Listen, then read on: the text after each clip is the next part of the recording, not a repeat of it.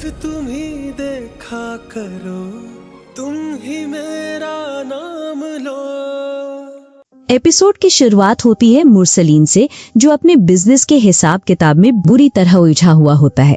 आज सैलरी देने का दिन है और फैक्ट्री के वर्कर्स अपनी तनख्वाह का इंतजार कर रहे हैं, लेकिन पैसे कम हैं। इसी टेंशन के दरमियान उसकी वाइफ शाजिया उसे याद दिलाती है कि उसने अपनी बहन की बेटी की शादी के लिए 30,000 रुपए देने का वादा किया था। मुरसलीन मजबूर नजर आता है। वो मना नहीं करना चाहता, लेकिन उसके पास इतने पैसे भी नहीं कि हर जिम्मेदारी एक साथ निभा सके। अभी ये बात चल ही रही होती है कि उनकी बेटी शहरीन भी आ जाती है, लेकिन उसकी दुनिया बिल्कुल अलग है। उसे घर की परेशानियों से कोई मतलब नहीं, उसे सिर्फ अपनी शॉपिंग और दोस्तों के साथ लंच की फिक्र है। वो फौरन 15,000 रुपए मांग लेती है और जिद करने लगती है कि उसे आज ही पैसे चाहिए। मुरसलीन एक तरफ बीवी की बात सुन रहा होता है और दूसरी तरफ बेटी की जिद। उसके चेहरे से साफ दिख रहा होता है कि वो किस कदर परेशान है, लेकिन बाप का दिल, वो हमेशा औलाद के सामने कमजोर पड़ ही जाता है। वो जानता है कि पैसे देने से उसका बजट और बिगड़ जाएगा, फिर भी उसका हाथ जेब की तरफ चला ही जाता है। इसी लम्हे नरेटर महसूस करवाता है कि माँ बाप की सबसे बड़ी कमजोरी उनकी औलाद होती है।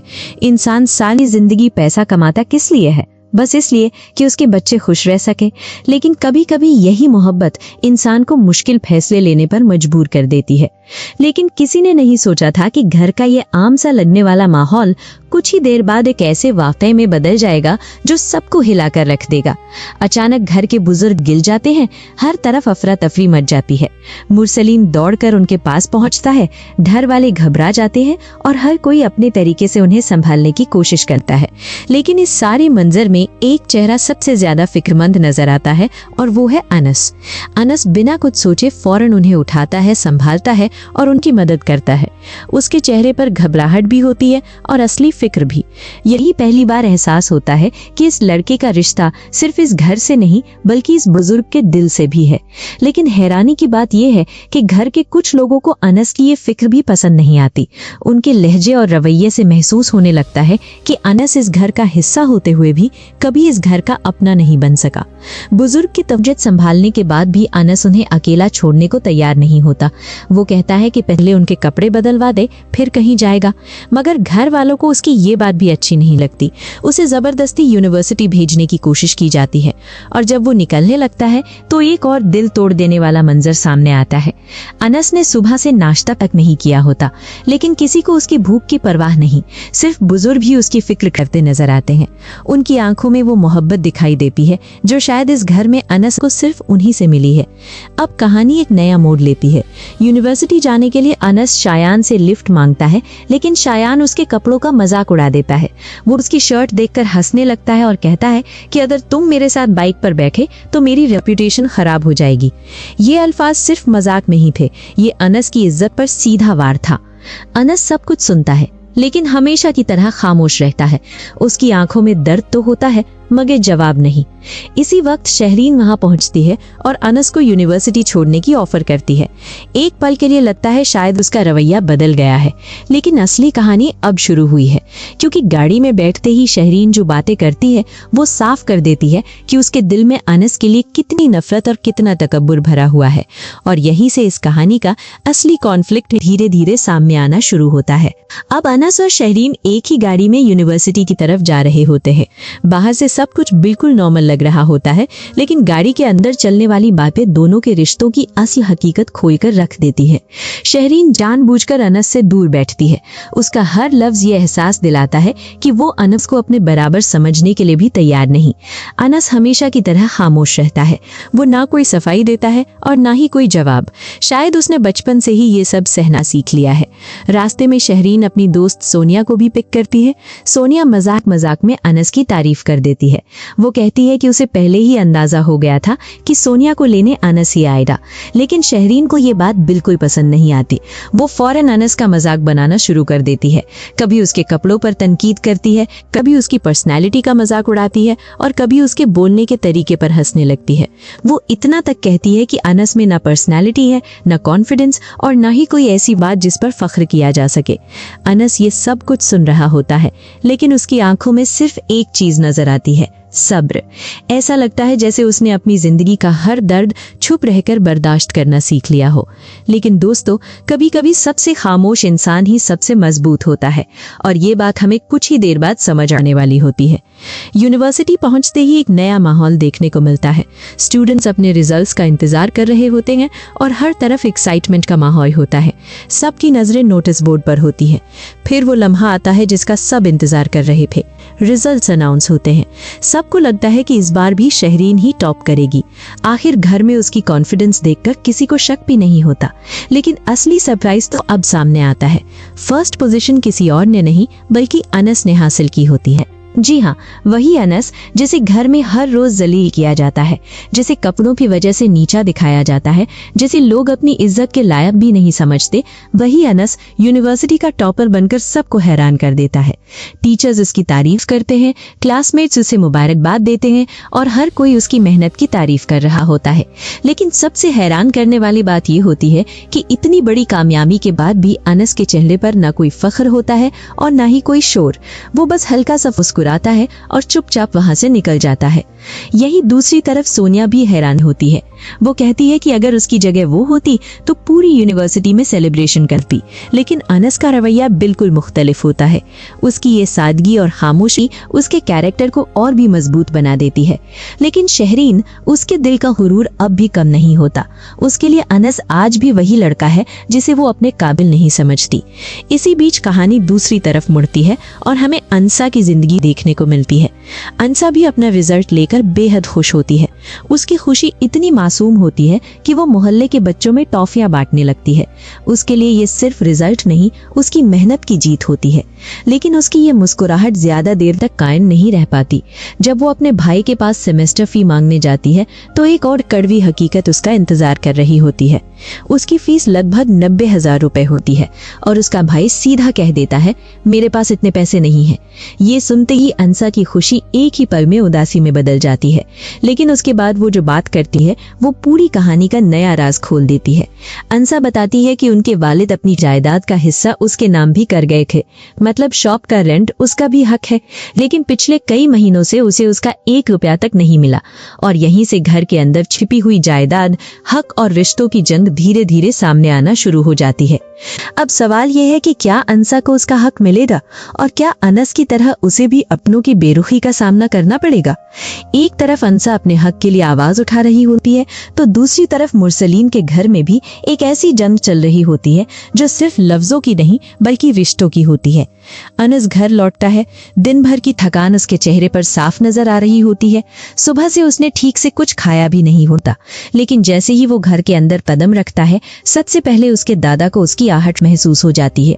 ये देखकर लगता है जैसे दोनों के दरमियान कोई ऐसा रिश्ता है जो लफ्जों का मोहताज ही नहीं।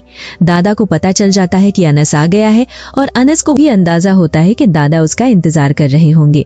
वो फौरन उनके कमरे में जाता है। दादा उसके लिए खाना संभाल कर बैठे होते हैं। वो प्यार से कहते हैं कि मुझे पता था तुम भूखे होगे, तुमने सुबह भी कुछ नहीं खाया था और पूरा दिन भी भूखे गुजारा होगा। ये अल्फाज सुनते ही पहली बार अनस के चेहरे पर सुकून नजर आता है। इस घर में अगर कोई उसकी भूख समझता है, उसका दर्द समझता है, उसकी खामोशी पढ़ लेता है तो वो सिर्फ उसके दादा है। लेकिन ये सुकून भी ज्यादा देर तक कायम नहीं रह पाता। खाना खाते खाते अनस एक ऐसा सवाल करता है जो काफी देर से उसके दिल में दबा हुआ था। वो दादा से पूछता है, आपने मेरी और शहरीन की शादी की बात क्यों की? बस यही सवाल पूरे एपिसोड का सबसे इमोशनल मोड़ बन जाता है। अनस कहता है कि अगर आप मुझसे पूछते तो मैं पहले ही मना कर देता।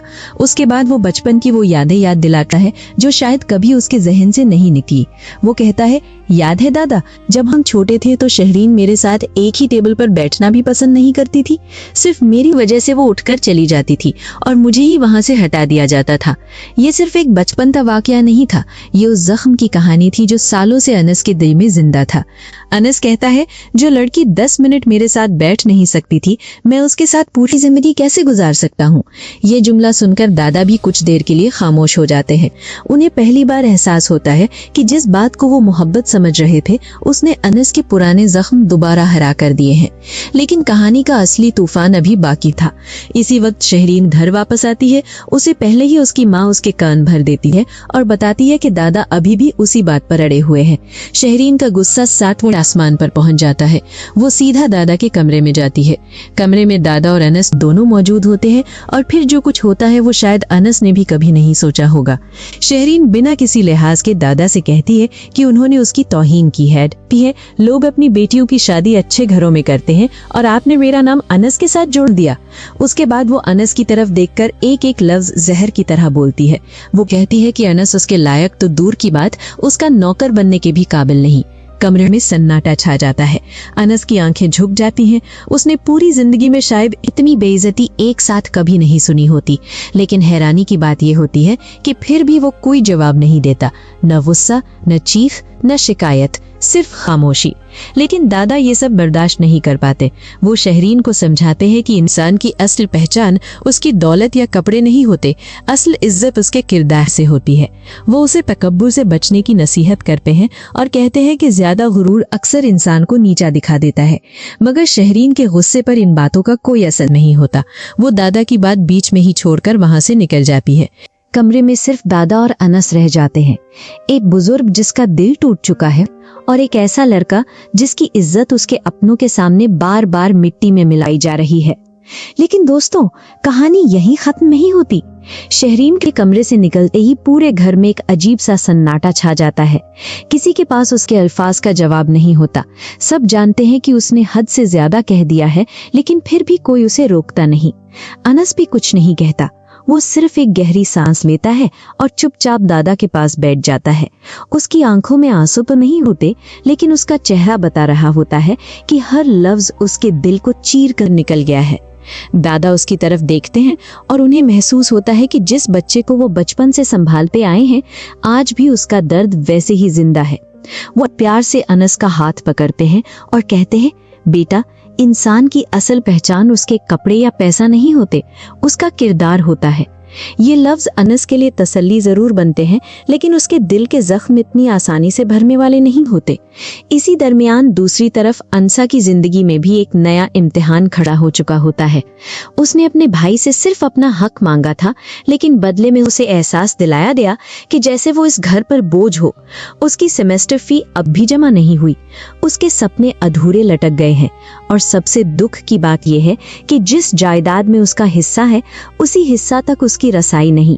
यहाँ ड्रामा एक बहुत खूबसूरत मैसेज देता है। कभी कभी इंसान को गैर नहीं बल्कि अपने ही उसके हक से महरूम कर देते हैं। अब वापस मुरसलीन के घर का माहौल देखते हैं।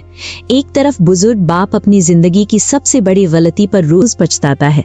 उसे आज भी अफसोस है कि उसने अपने बेटे मुज्तबा की बात नहीं सुनी।